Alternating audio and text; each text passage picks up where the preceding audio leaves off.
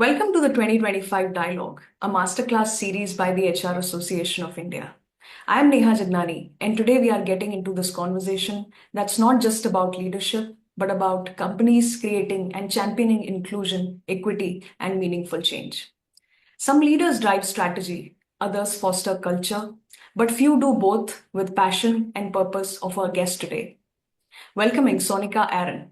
Sonica is the founder and CEO of Marching Sheep, transitioning from a solopreneur to leading a thriving team of HR consultants. Her firm serves 300 plus clients across 80 countries and various industries. Sonica is a recognized thought leader in diversity, inclusion, and progressive HR practices, contributing to major publications. She addresses unconventional topics, advocating for issues like menopause inclusion in medical benefits and systemic approach for new mothers. A charismatic speaker at conferences, Sonica believes in the societal connection of organizations and actively engages in non commercial awareness campaigns. Additionally, she also supports an NGO rehabilitating acid attack survivors in India. Sonica, thank you so much for joining. It's a pleasure having you. It's a pleasure being here, Neha. Thank you so much for inviting me. Thank you so much, Sonika. So, to begin with, you have founded Marching Sheep with a vision to drive respect and equality for all, Sonika. So, I want to know what's that turning point that has sort of inspired you to take that step? Neha, I started Marching Sheep in the year 2013. So it's been 11 years that I've been running Marching Sheep. And prior to that, I was heading HR for Philips. Right. So I have been on the other side. And see, at that stage, when you're already heading HR for an organization, and I had a conversation with a lot of people. And most of them said that, Sonica, for you now to grow, you will have to step out of India for, diverse geography experience. Right. I said, fair enough. Firstly, on a personal front, that was not an option. If I had to continue within India, then it was about becoming a CHRO of a larger organization, then a larger organization. Right. 60 to 70% of my role would remain the same. So I was craving variety. Also, I wanted to make a tangible difference to people's lives and careers. Right. And when I was on the corporate side, I saw that there was a huge gap in the way the organizations were addressing the topic of diversity, equity, and inclusion. At that time, it was one, the narrative was very narrow, it was only women. Yeah. Secondly, it was very recruitment forward, it was not inclusion forward. So that was something which was kind of bubbling inside me that, we need to do it differently. We need to create an environment where people nurture diverse talent. Right. And I wanted to get into that. So that is how really the seeds of Marching Sheep were sown. And that is where we started. The entire journey started. Yeah. And I'm happy to say that we're still doing that. So I continue to do what I'm passionate about.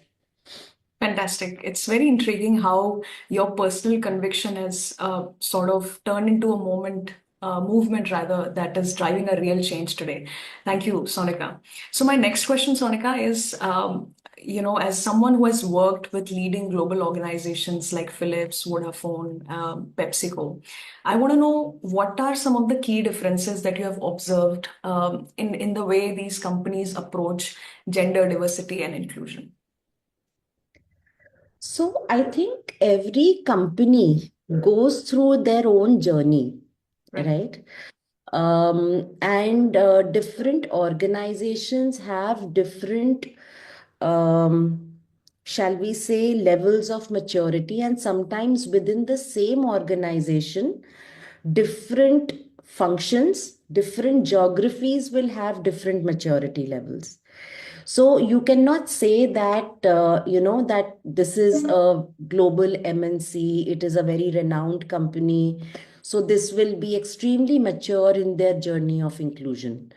Now, let's take any global organization. Let's take an industry like FMCG. Within FMCG, there will be a sales department, there would be manufacturing, there would be corporate office, there would be supply chain procurement.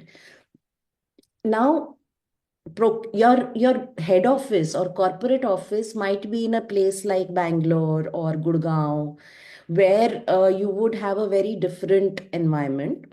Your manufacturing units would be in upcountry areas where your talent might be very different. The kind of people that you attract will be very different. They come from a very different social ecosystem. Let's look at where the sales branches are. Not all sales branches are in Bombay, Delhi, Ahmedabad, or metros or mini metros. Some of them are in, in small towns in Northeast or in 400 kilometers from Chennai or 300 kilometers from Indore.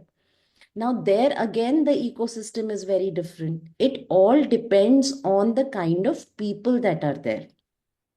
So, different organizations will also have different inclusive cultures Right. or maturity of inclusion within the same organization. Now, the question that really arises is that how consistently and continuously are these organizations driving the agenda of inclusion? Right. Now, here, a lot of times, the question that arises is that does the leadership understand that inclusion is not a good to do, it is a necessity? Right. And if they do not understand that it is a good to do, it is not a good to do, it is a necessity.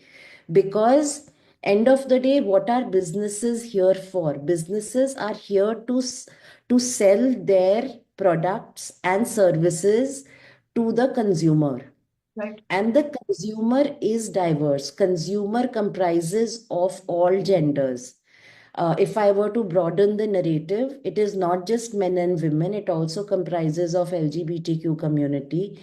Today, we have such a diverse range of generations.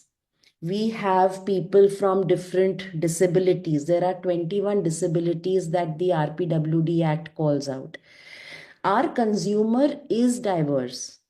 So, no business can afford to ignore the fact that whatever you are selling, whether it is a service or whether it is a product, whether you are selling directly to customer or you are selling through a stockist or a distributor or a wholesaler, ultimately it is being bought by somebody who's going to use it. So, every business needs to understand that building an inclusive culture is a no brainer. So if that is understood, then every business will continue to drive inclusive culture across all these, whether it is a sales unit, whether it is manufacturing, whether it is corporate office. And they can't say, okay, I have done it 2 years back and now I'm done. Because your workforce keeps on evolving, it keeps on growing. There Right. is attrition that happens, people keep on changing. So you have to continue doing it. Right. As you said, that I worked for the best of organizations. At that time, Posh did not exist. Posh came in 2013. I started my career in 2001. Right. But even today, when we ask, when we do Posh sessions, and we do not do run of the mill Posh sessions, we do very engaging storytelling kind of sessions. Right. And I ask people that what existed before Posh. Hmm. Many of them don't know what existed before Posh. It was Vishakha guidelines. But none of the companies that I had the privilege to work on, and I'm very proud of each and every company that I worked for because I learned a lot from them. But none of the companies were making their employees aware of what Vishakha guidelines were all about. Right. So, if somebody could not look above my chest when they were talking to me, I had to deal with it on my own because I did not know that something like Vishakha guidelines existed. So I'm saying from then, and I'm talking about 25 years back to now, we have made progress where, we are talking about posh. Posh is mandated, it's an act. Vishakha guidelines was just a guideline. So we have made progress, but I think there is still a lot to be done. Right, right. It's truly interesting, Sonica, how companies could vary in their approach, especially how you mentioned consistency being a key, irrespective of the organization size. Also, of course, the last point, how things have evolved, the Vishaka guideline bit. So thank you so much for that. That's truly intriguing. My next question, Sonica, is there a woman in your life, personally or professionally, who has inspired you the most? And what kind of impact she has had on your leadership approach? Hmm. So I don't think there has been one woman. I think at different stages of life, I have had different women. So, for example, when I was a child, I used to really look up to my sister. My sister was married off when she was very young. She was 19 years old. And I recall that and even now, my children call her Terminator Mossy, because she is what I would call a perfect homemaker. She manages her home, she manages her relationships, everybody loves her. She is extremely compassionate and empathetic. So from that perspective, she is my role model, where I think that if I could be even 1/10 of her, where she doesn't lose patience even in the most difficult situations, I think I would be a much better person. So she is one of my role models, and she will always be. I call her my second mother, because she's practically brought me up. When I grew up, my mother-in-law, here is a stereotype I'm breaking. My mother-in-law is my role model. She has been a single mom from the age of 32. My husband lost his father when he was 8 years old. My sister-in-law was 1.5 years old. And how she managed to pick up, the broken pieces of her life and give her children, the values that my husband and my sister-in-law have. And when I came into the family, the way she welcomed me into the family like a daughter, and she said, "Ke beta tu kar, तुझे जो करना है कर, and I am standing in front of you like a shield. I will take care of your kids. I will take care of your house. You have to travel 20 days in a month if you have to run marching sheep. मैं हूं ना, तू कर." When my children were born, my mother could not come for whatever reasons. My mother-in-law came and stayed with me. And I still remember when my child was born, as a new mother, my first child was born as a new mother, ये एक insecurity होती है that you have to do everything. So I remember I fed Kabir, and I gave Kabir to Mama, and I said कि मम्मा, अगर ये मैंने feed कर दिया है, and if he wakes up, आप मुझे उठा देना. And she just said one thing to me. She said कि बेटा, सिर्फ तेरा बच्चा नहीं है, हम सबका बच्चा है. तूने फीड कर दिया ना, इसके बाद इसका नैपी हम चेंज कर सकते हैं, इसको बर्प हम करा सकते हैं, इसको सुला सकते हैं, बस फीड हम नहीं कर सकते. So you sleep, you need your energy, you need your rest, the rest will manage. And trust me, she has stood by me. The last 11 years of building Marching Sheep have not been easy. I've had my ups and downs. And every time I've had a word with her, and she said, "You do what you have to do. I will manage at home." So she is my role model. I've had role models. You said acid attack survivors. Um, when I was doing this campaign 21 Marching, okay, I spoke to the founder of Brave Souls Foundation. And honestly, I did not know, Neha, you will be asking me this question. So I did not prepare for it. But Shaheen Malik came as a speaker in 21 Marching campaign. When I spoke to her, I could feel, and even right now when I'm speaking to you, I'm feeling tingling at the back of my neck. The equanimity with which Shaheen spoke about her experience, what happened to her, the way she went through, the first 2, 3 days, how the police treated her, how she has still not got justice, but she has picked up her life. And today she is helping other attack survivors get medical treatment, get justice, rehabilitating them, getting them education, getting them jobs. To me, I think I wish nothing like this happens to anybody, because this is disability because of somebody's crime. But when I speak to Shaheen, I get strength when she says ना इंशाल्लाह सब ठीक हो जाएगा ma'am, आप परेशान क्यों हो रहे हो? उसकी आवाज में ना एक पीस होती है. She is my role model. हम लोग छोटी छोटी चीजों को लेके परेशान होते हैं, उसकी आवाज में एक पीस होती है. सो I think we don't have to look for a celebrity to find a role model. I think there are women around us who give us strength on a regular basis. And these are the women who are our role models, who, who tell us we can be better every day. That to me is a definition of a role model. Thank you so much, Sonica. Your response was extremely heartwarming. Experiences with your sister, mother-in-law to Shaheen, it purely reflects resilience and selflessness and whatnot, and that only a woman can do. So thank you so much for highlighting those things for me. So, Sonika, you have mentored leaders and you've worked with leaders from across industries. So, I don't know what's one piece of advice that you keep giving to women who look forward to breaking barriers in especially a male-dominated spaces. Hmm.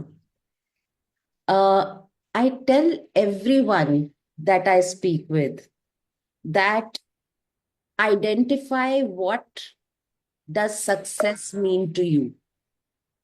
It is not about what others expect of you. Define your own success goals and go after those success goals without any guilt, without any feeling of ke, because I'm pursuing this goal, I am letting go of 10 other things. I tell them that in the pursuit of that goal, you need to identify what is negotiable and what is non-negotiable. If something is negotiable, delegate it. Ask somebody else to do it for you. Something which is non-negotiable and is propelling you forward towards your picture of success, उसको आप आंख बंद करके करो. Right.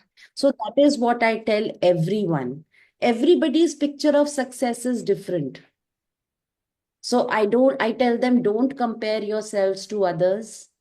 Define your own. Right. That's all. That's all I tell them. And I tell them that once you have defined your picture of success, tell the world, this is what I want to do. Sure. Yeah. So, Sonika, that's not just practical and empowering, but it is also the real kind of mindset shift that we all need as women. So, thank you so much for bringing that up. My last question for today, Sonika, for you is if you could implement one radical change in the workplaces worldwide to advance gender equality, what would it be? Wow. One radical change. Um, I think we have converted diversity, equity, and inclusion into an A versus B, this against the other kind of an approach. I think this should be seen as Humanity versus discrimination. Um, I think if we can build this mindset, we are not saying that we want to advance one set of people against the other. I think diversity, equity, and inclusion is not that. Diversity, equity, and inclusion is that every human being, irrespective of their uniqueness, is respected and valued, and we need to create an even playing field so that everyone feels that they have an equal opportunity to win. I think this is what we need to tell people who are today having a backlash towards diversity, equity, and inclusion. You know, have you seen a racetrack? In a racetrack, the person who is running on the inside edge and the person who is running on the outside edge, their starting points are never the same. Right. And that is because the people who are they basically want all the runners to have the equal running distance. If it was the same starting point, then the person who is running on the outside edge would Right. have the longest distance to run. Right. Then he can never win. It is not an equal opportunity to win, he or Right. she, or right. Now, this is what DEI means, that in your workforce, whether we like it or not, diversity is a fact. People will come from different generations. They will have different life stages. Somebody might be single, somebody might be married, somebody might have kids, somebody might have elderly parents, somebody might be a single parent. Somebody might be belonging to the LGBTQ community. Somebody might have a disability, whether visible or invisible. How can we make sure that they have equal opportunity to succeed? Right. That is diversity, equity, and inclusion. And when an organization understands that, it is not me versus you, it is you and me making sure that on the racetrack, both of us have equal opportunity to win. That's all. I don't want special treatment. You don't want special treatment. We just want equal opportunity.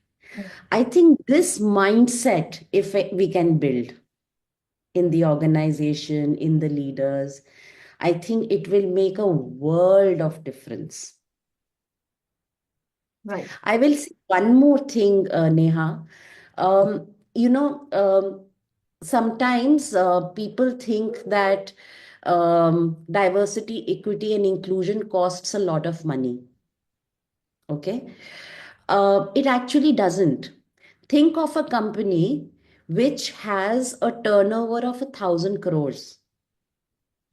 If we spend a few lakhs, 10 lakhs, 15 lakhs on making infrastructure changes, it's a drop in the ocean. Right. Right now, we are thinking from the point of view of saying, oh, we will be hiring new people who might have a disability. Oh, we might be hiring someone who might need them. But you know what? All of us are TAPs, temporarily abled people. Not everybody is born with a disability. God forbid, what if I meet with an accident and become wheelchair bound, or I become um, amputated and locomotor disabled? Will a company terminate my employment because now I am a disabled person and because there are no ramps or there is no washroom which is for people with disability? As we age, my eyesight might become weaker, my hearing might become weaker, I might get Parkinson's. These are all covered in the 21 disabilities, Right. right? So, when we create inclusive workplaces, it benefits everyone. Right. So Absolutely. we are not doing any one section a favor. We are doing we are doing ourselves a favor actually. Right. Right? That's all I wanted to say. Sure. Sorry That's if I've taken more time than not at all, not at all, Sonika. I'm so glad you brought in these perspectives. Truly a game-changing insight, I must say. If you rethink about these norms at that level, it can actually reshape the future of work and things can evolve. And as you rightly said, that we are not doing a favor to anybody. It's just a favor to humanity. It's a pure human nature that we should be putting first and not just the tick in the box or from the compliance perspective. It has to be a must do and it can truly be a game changer. So thank you so much, Sonika, for that. So this brings us to the end of this masterclass. It was a pleasure having you today, hearing your perspectives and insights. I'm sure our audience are truly going to benefit from this masterclass. So thank you so much for joining. thank you so much for the opportunity. And I do hope that some of what I have said resonates with the audience. So thank Absolutely. you once again. Absolutely. I'm sure it will do, Sonika. I'll just have a quick note to our listeners. Thank you for tuning into this masterclass. We hope you enjoyed today's conversation. Until we meet next time, keep inspiring and innovating. Thank you so much. Thank you, Sonika. Thank you.